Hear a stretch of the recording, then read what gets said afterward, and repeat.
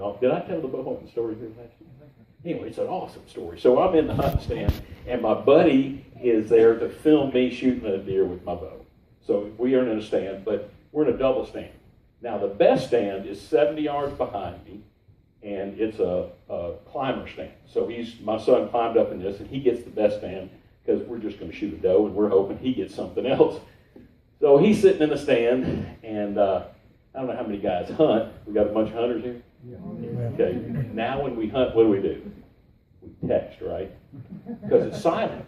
You know, remember in the old days? I said, Charlie, you remember? Superstar. Anyway, so back in the old days, we'd text. I mean, we'd have little radios, and you try to talk, and it was always noisy, and you can't make movement. So anyway, now we just text. So you get the thing, and all of a sudden my phone kind of buzzes a bit, and I look at it because I don't want to move, and my son goes, 3 does coming your way. And I went, oh yeah.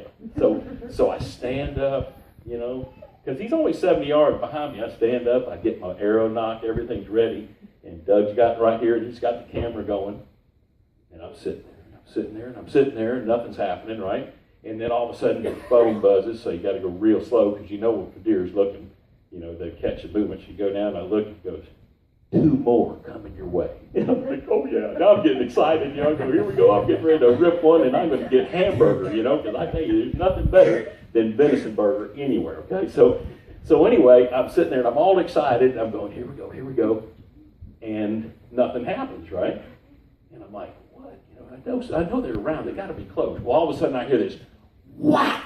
And I mean, you hear it just drill it, and I turn around and look, and here's this big old rack laying on the ground behind me where my son had just shot him, right? And he shot him a little high, so he spined him, and he's going in circles, and it looked like William Tell. I mean, this is out of a movie. It's like this. He goes, 2 more arrows at him just as fast as you could be in the second. The third one hearted it, and it's done. The second one was it's double lunged it, so I mean, he was like, here it is spinning around in circles, and he puts 2 more in it as fast as you could pull a trigger on automatic, okay?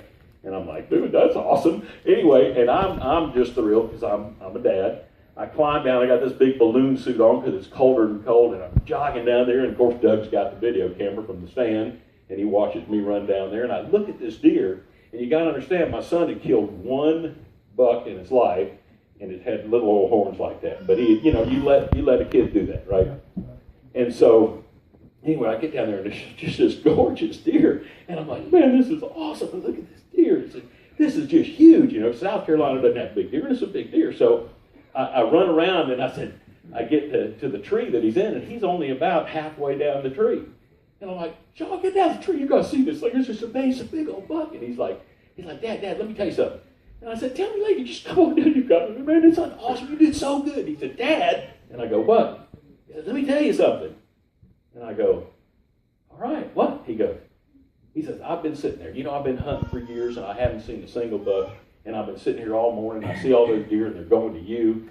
And he said, I just bowed my head. And I said, Lord, just let me see a rack buck. And he said, when he looked up from the prayer, there he is. I went, oh my gosh, I got big tears. Is that not just awesome? You talk about searing. I mean, it's like putting a brand on somebody when that happens, because he just goes, I'm real, I'm here, and don't ever forget it.